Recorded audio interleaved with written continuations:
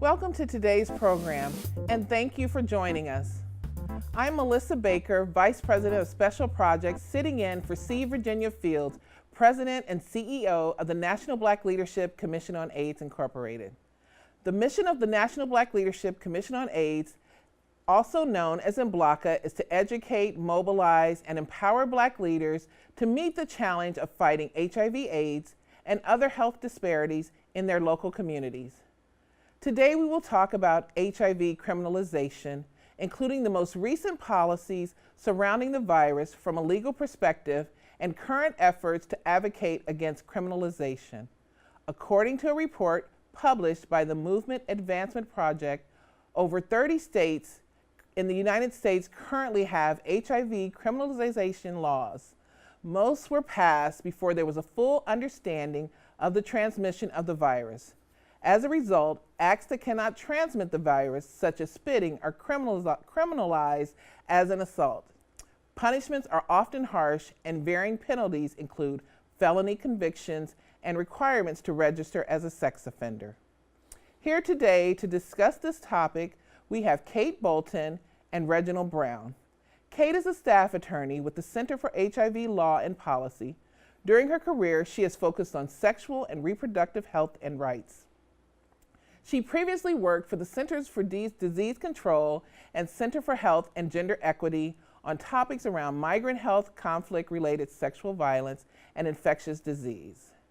Reginal Brown is a community leader with Voices of Community Activists and Leader, also known as Vocal New York, and the People's Action Training Team. He has been HIV positive since 1986 and since 2003 has been undetectable. He is a founding member of Queerocracy, a working group born out of ACT UP to address HIV criminalization.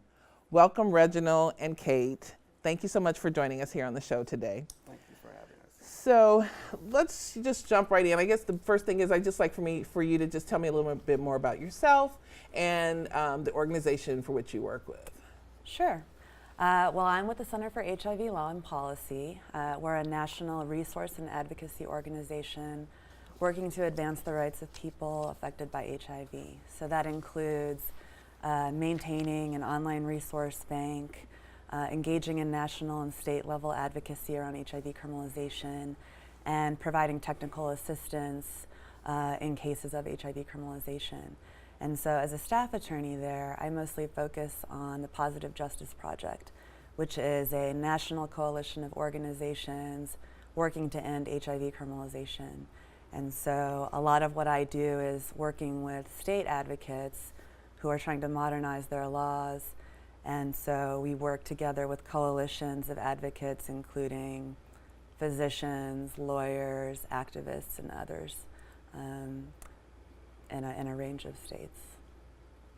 And so in Vocal, I know very well, just as I do her organization. So tell us a little bit about yourself and Vocal New York and what it is that you do as it relates to this work. I've been a member of Vocal since 2010. Vocal stands for Voices of Community Activists and Leaders. We are a coalition of low-income people, primarily Black people, whose issues are AIDS, hepatitis C, homelessness, mass incarceration, the war on drugs, which is actually a war on people, and as I said, in hepatitis C. We are our own power because we are the experts and our stories are our power. We are the experts. So when we get legislation passed, in fact, we have 18 legislative wins in the time since we've been founded, since 1998, state and local, because not only do we agitate, make noise, we also legislate, because it's not just enough for us to put a Band-Aid on it. We want to get to the root of the problem that caused that thing. So HIV criminalization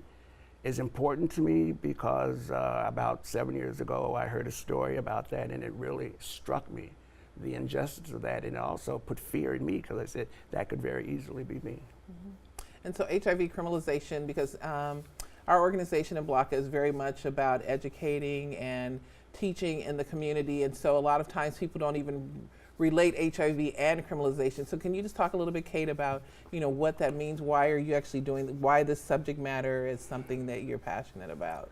Sure. Well, I mean, in general, you can think of HIV criminalization as targeting and prosecuting people living with HIV for conduct that would otherwise be illegal, like consensual sex or spitting.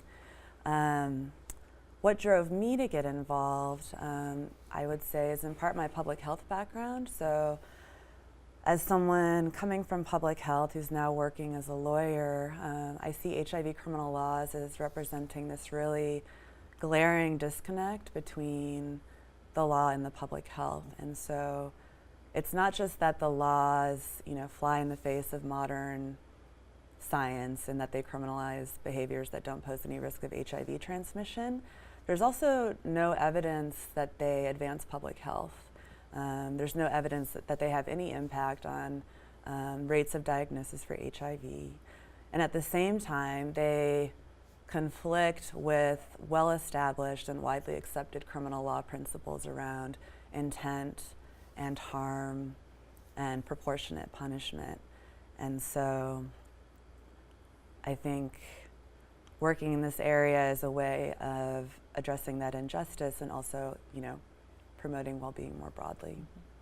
And add to what Kate said, not only does the law ignore the facts, but the point is that it does not take into consideration the other person's responsibility. Right. It's the responsibility of the HIV positive person to disclose. Now, that HIV positive person could indeed disclose, but if the person says they did not, and they ask the HIV positive person, are you HIV positive, that person can be subject to disclosure. But listen to this, if you don't know your status, right, then you can't be held responsible, which flies in the fact of all public health things that, when in fact, at the Cero Project, they say, take the test and risk arrest.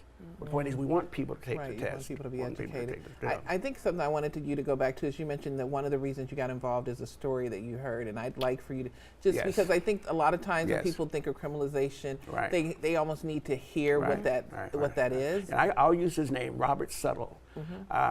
He's a beautiful soul, beautiful young man. He had a contentious breakup. The police came to his job.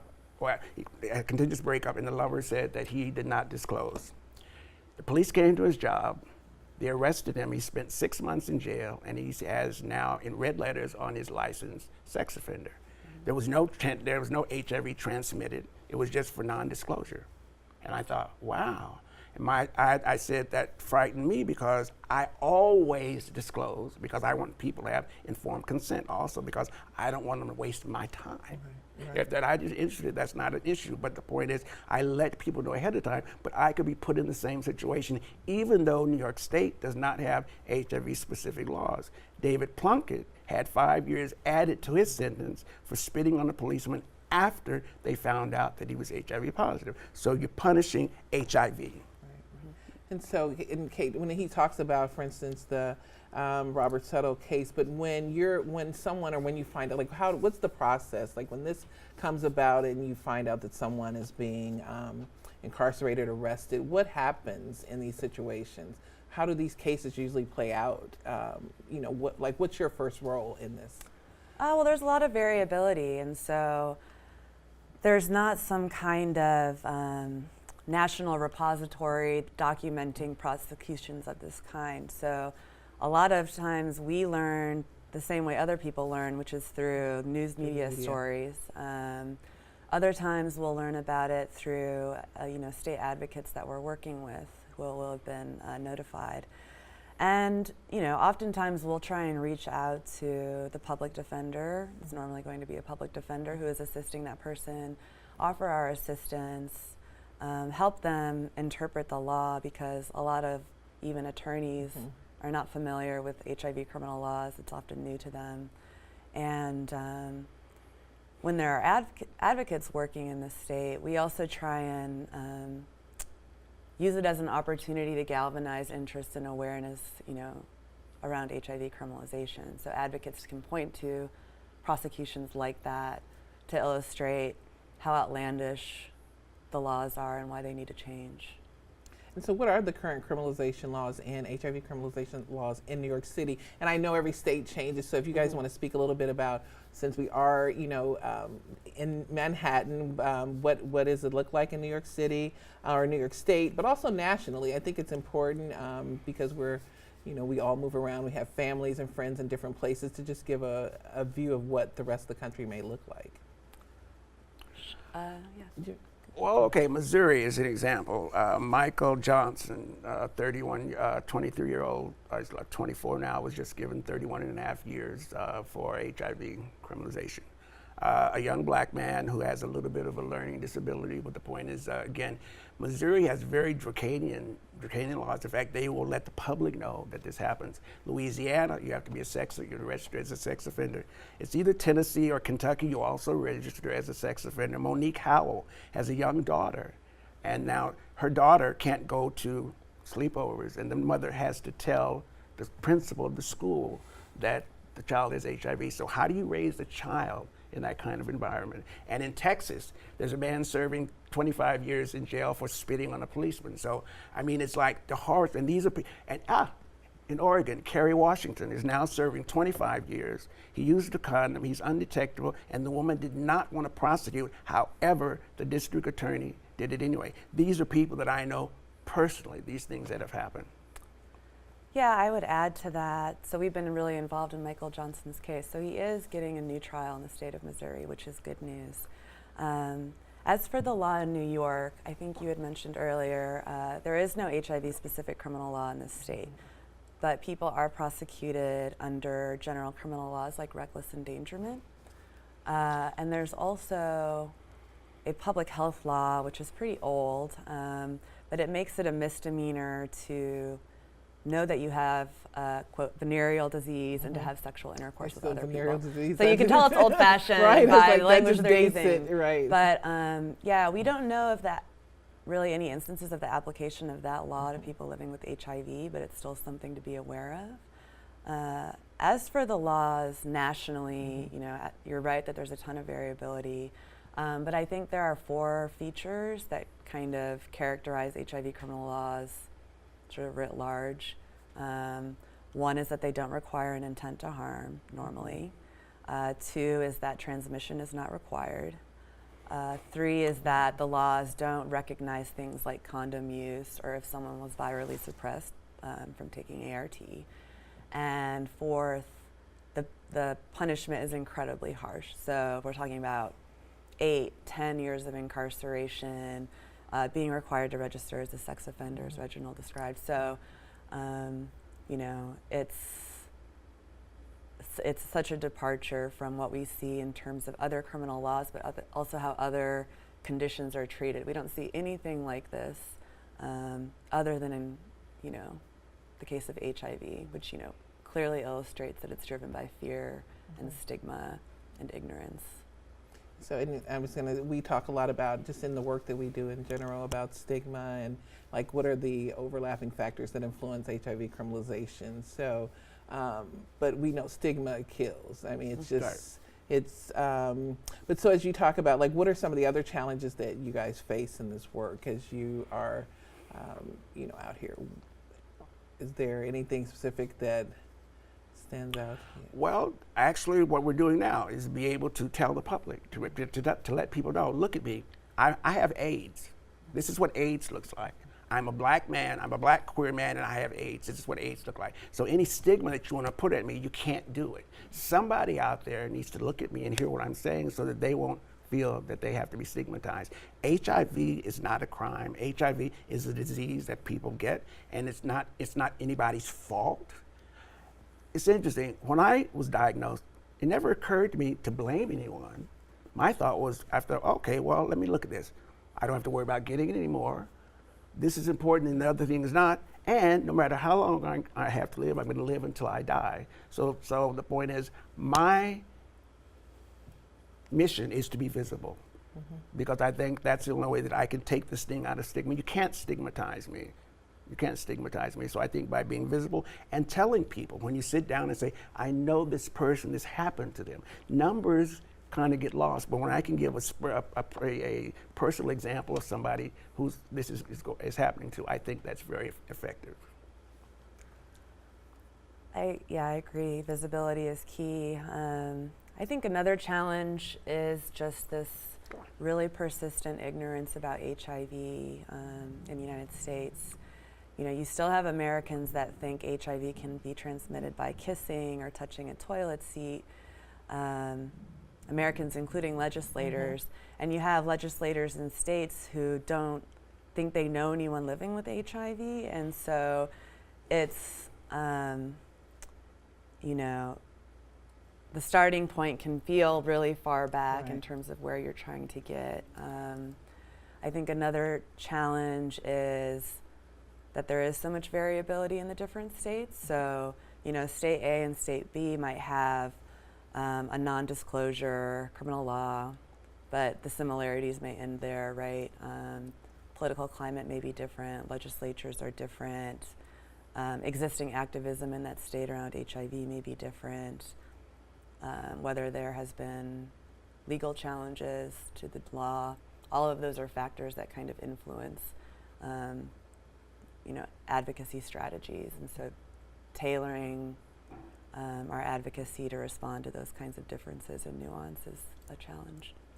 So earlier, we had talked a little bit about the undetectable and untransmittable, and you spoke about that. And I just, with introducing that in PrEP and PEP, do you think that we'll see a reduction in HIV stigma with the influence of influence in laws? Do you think this is going to change things, or do you think it's going to make it a little more challenging with the undetectable, untransmittable? Well, I think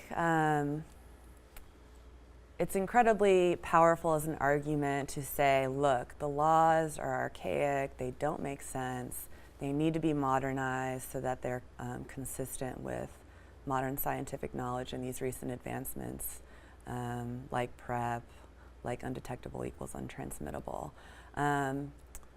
But I think it's important to be really mindful of the fact that the laws were never justified, right? They weren't justified before ART, they weren't justified before PrEP, and they weren't justified before U equals U. You know, it never made sense to prosecute someone when they didn't have an intent to harm, and it never made sense to prosecute people for conduct posing no or very low risk of HIV transmission. And so, while I think it's a good way to start the conversation to say, you know, look at these recent events, you know, the landscape has changed, the conversation can't end there, right? Right. And do you want to go ahead? Yeah, these laws were written to punish queer people because it was considered a gay disease. It was originally gay-related immune deficiency. So they thought it was a gay disease. Well, gay people are those others, those disposables, like black people, like the others. So, well, they criminalize us anyway. So this is just another tool to criminalize, And like Kate said, that it has no basis in fact. It has no basis in fact whatsoever. Yet there's these harsh punishments. There are more people who have people who die of hepatitis C than HIV. Right. No, we talk about that a lot. Yes. Yeah, nobody knows about that. And in some ways, hepatitis C is easier to contract than HIV. HIV cannot live in the air. Hepatitis C, on the other hand, can live outside the body for like up to 2 or 3 days. So it's like I said, it doesn't make any sense. And like I said, why am I being, I'm being punished because I'm having sex. That's what they're punishing me because I'm having sex and enjoying it. That's the whole point. So no. You can't, don't do that to me because, like I said, I'm probably healthier than you are. But the law completely ignores that. But I do think the PEP and PrEP are a step in the right direction. Any tool that we can get that helps people become more sex positive and be able to enjoy themselves. Because the point is that, this country is so hypocritical. It's also pure time about sex, but we use sex to sell everything. We don't, but you want good sex, healthy sex. What does that mean? Whatever. Enjoy it. Yeah, right? I mean, it's good. Exactly. It feels good. Right. It's something, and I always like to, because we do this work, a lot of these conversations in terms of words we use a lot, and for our audience here, I think when we talk about undetectable, untransmittable, do you guys want to elaborate a little bit more on that so that non-infectious? But I mean, non-infectious. Non-infectious. But how do you get to that point? I think that's important. How did I get to be non-infectious? Well, go ahead. Okay, I take medication. I take medication. I have a 99.9% adherence rate. I shouldn't say adherence rate. I take my medication when I'm supposed to. I watch what I eat. I sleep. I listen to my body. But the point is, I take the medication. It's a balanced lifestyle. And I'm living until I die, because I'm going to die anyway. So I'm not going to be hung up on, oh, I've got this thing. No. This thing lives with me. It's an unwanted tenant in my basement. It lives in the basement. When it knocks on the door to try to come up, the medication I take keeps it there. So it's there. It can't come upstairs, but it'll be with me the rest of my life. So it's part of me. Right. Kate? Yeah.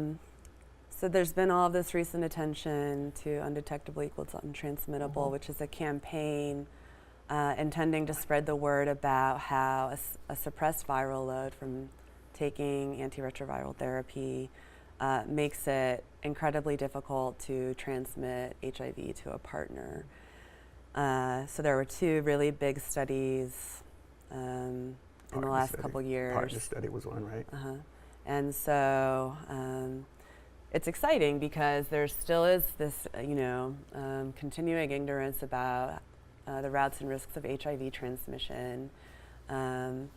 Although in terms of the U equals U discussion, I do think it's important to remember, like, HIV is not easy to transmit anyway. Right. So even when we're talking about the sort of, quote, highest risk conduct, like receptive anal sex, it's not that easy to transmit. Lots of other diseases are much easier to transmit, like hepatitis, there you go. There it HPV. Is. And so, like I said before, it's an important tool, but We don't want to make it the centerpiece of our arguments. Yeah.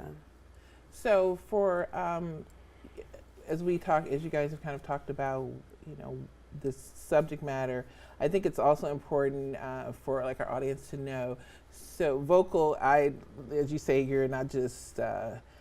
I always say, if you want to fight and take somebody to the streets, call Vocal, and they're there for you. But they're also, as you say, working with the legislative piece as well. But I'd like for you guys to spend just the last few minutes talking about, for instance, for the Law and Policy Center, how people can reach you. What are some, who are some of your partners in the community?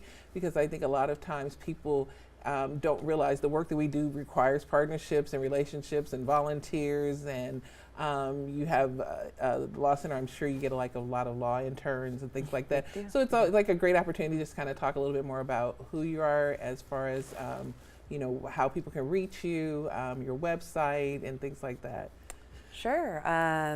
We have a legal intern now. She just started this week. But yes, we can be reached by phone. It's 212-430-6733. You can also email us. You can email me, other members of the staff. Our email addresses are on our website, which is hivlawandpolicy.org. And yeah, I mean, you're right that we rely on partnerships to do this work, especially this state level advocacy that we're doing.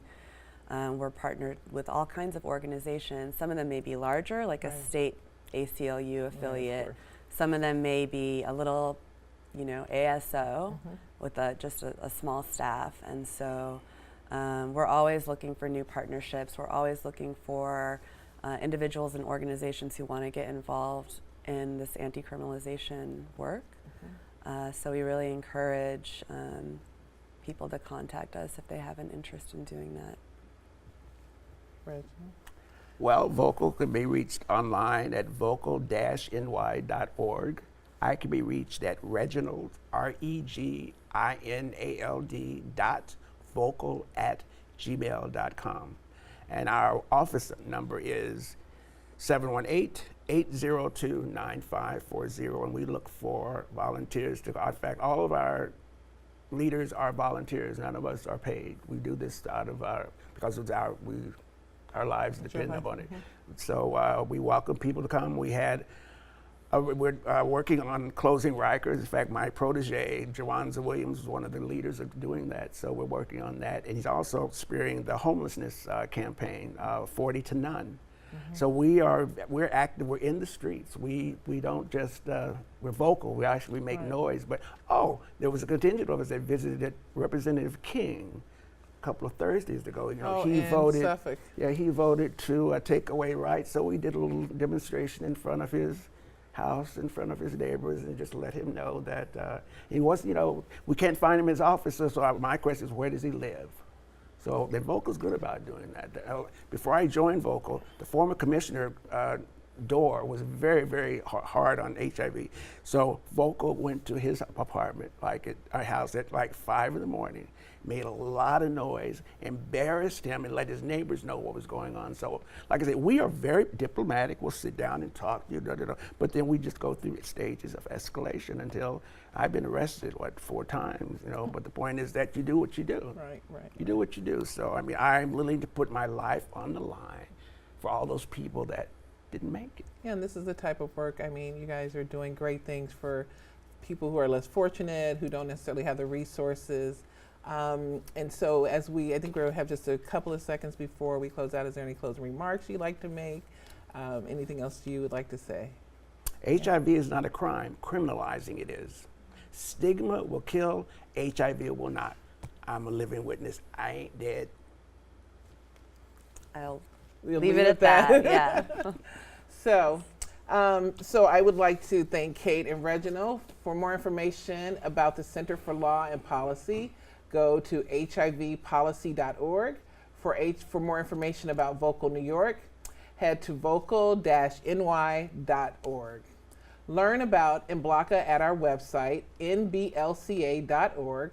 Also, look for NBLCA on Facebook, Twitter, Instagram, LinkedIn, and YouTube. The Manhattan Neighborhood Network brings these programs to you to better inform you, the viewer, about the important topics that impact your health and well-being. Please let your family and friends and neighbors know about this programming. I am Melissa Baker. Thank you for joining us, and hope you'll tune in next time for NBLCA's Health Action TV here on Manhattan Neighborhood Network.